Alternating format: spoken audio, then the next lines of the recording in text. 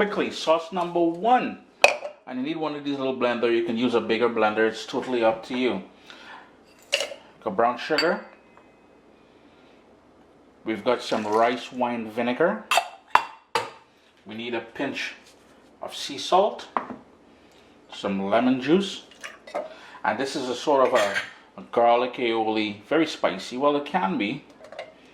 I'm using half of a Scotch bonnet pepper with the seeds and everything. Remove those if you don't want it to be too spicy. Actually, I'm going to give that another little rough chop. And remember, when you're using such peppers like Scotch bonnet and stuff like that, please use gloves and or wash your hands with soap and water immediately after.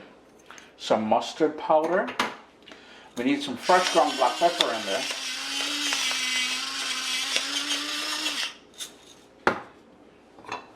Cilantro, the star of the program. It is a cilantro garlic mayo or aioli. Some scallions or green onions, I'm not sure how you call it. The little Canadian in me wants to add another layer of sweetness, so that is some maple syrup, the real stuff, and in goes the mayo. Then all you would do, puree that until smooth, and I guarantee you it will be one of the best dipping sauces you will ever have, especially on French fries.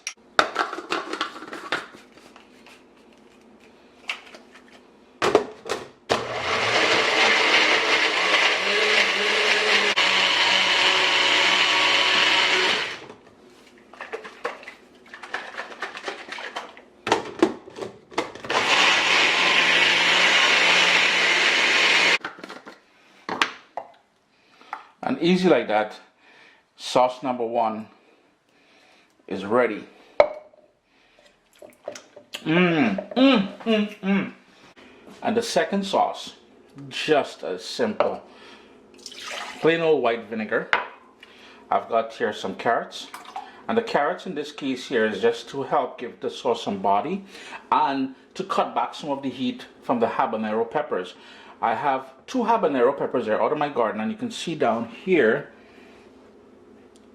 I removed the seeds, so you can see the seeds on the stem here, and that is where all that heat is going to be, where the seeds are on that white membrane there. So we're trying to cut back on the heat, but we want the flavor of the habanero peppers. Remember to wash your hands with soap and water after, and to wear gloves. Brown sugar. Full list of ingredients will be listed down below. We've got 2 cloves of garlic. To build on that flavor base, we need some salt.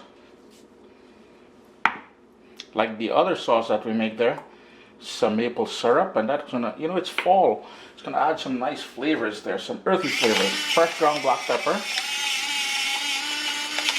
And being that this is a mango habanero sauce, you know we need some mango. And you know, sometimes mango isn't easy to find.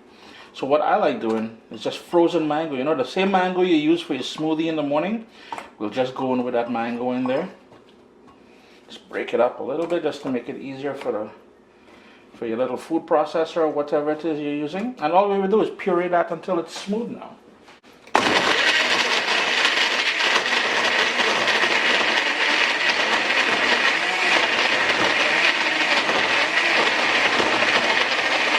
Pour that into a saucepan, a cold saucepan. You don't want it hot because you don't want that, you know, the fumes jumping back at you. You need a well ventilated room, because as the sauce cooks, yeah, you got to cook it, bring it up to a boil, reduce it to a simmer, and only cook it for about 4 or 5 minutes. Now both these sauces, once you have it in a clean container in the refrigerator, it will last for at least a week. So all we will do now, bring this up to a boil, turn it down to a simmer, 4 or 5 minutes, allow it to cool, and then you're ready to use. And you're gonna love this sauces, man. You know, that mango habanero is just proper, and there's a sweetness to that garlic cilantro.